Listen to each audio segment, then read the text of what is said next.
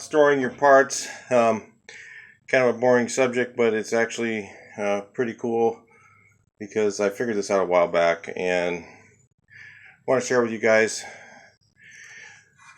A lot of these things like this, you have it sitting in your garage while you're trying to work, and it's really hard to work. You got your bumpers, your bulky items.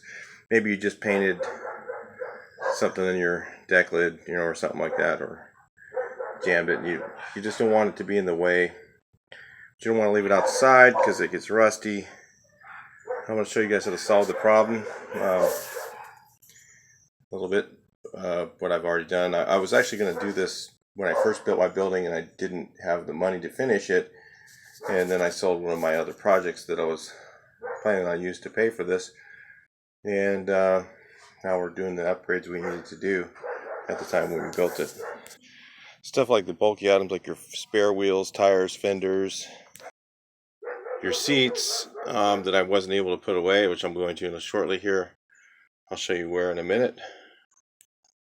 But you don't want to put those seats somewhere where they get damaged, especially when they're already reupholstered. And the heat can do some damage if you put them in the wrong place. So most of us have a garage that has rafters. If your garage is drywalled in, that's really a great thing. Get one of these ladders. Get the extra heavy duty. This is 375 pounds because you're going to be carrying stuff up there. And this is an extra wide, so it was a little bit more money than the regular one. But I'll show you what I'm doing in here now. What I planned on doing when I originally built the building. Okay, so of course I insulated this whole subfloor because I have air conditioning in my garage. Now, why do I do that? Well, because I like to be comfortable. When you get in your 50s, you just don't want to deal with all that. So the other thing is, when you store your stuff in your attic, in your garage, a lot of times, even if you don't have a subfloor, maybe you're just putting sheets down and just kind of making one as you go. But one of the things you're going to run into is the heat from the roof, and that can really cause some damage for your stuff you have. I'm going to show you how to knock that down quite a bit. This doesn't have an R rating, but this product actually works really well for your parts storage areas, and it's termite free. No, I'm just kidding, whatever. Anyway, what it has this foil on it, and the foil should face upward towards the roof, because what the foil does is it's reflective if you point it down, it'll hold the heat. Like if you're back east or something, you want to keep it warm inside there, you put it up this way, the heat will stay inside the building.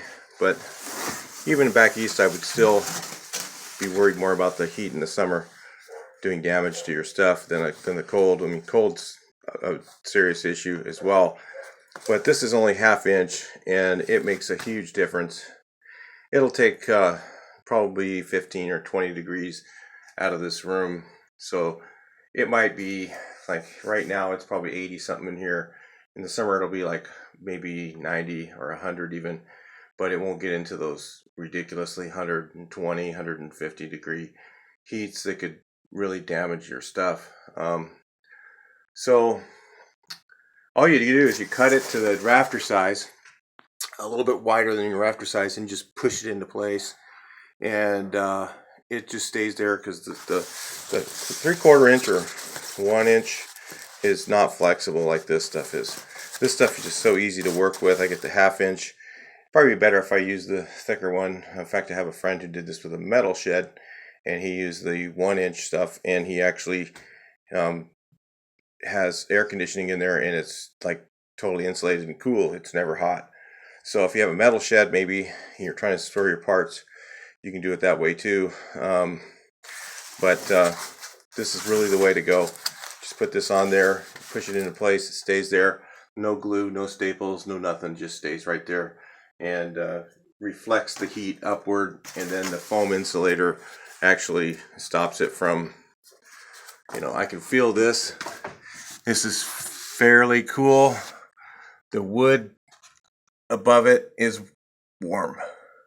This is, I would say, in the 80s, that's in the 90s. 10 or 15 degrees. So it should take quite a bit out of the room, enough to where it won't damage the stuff that I'm going to leave up here. And that's what I plan on doing on my restorations, is then that way I can have everything organized. I'll have all my SO23 stuff here. I'll have all my 65 sunroof stuff over there. And if I'm doing another restoration, I can probably do 2 or 3 more in this one attic with this type of storage. And that way, none of the parts get lost. You go back and they're right there. They're all categorized. You can know right where they are.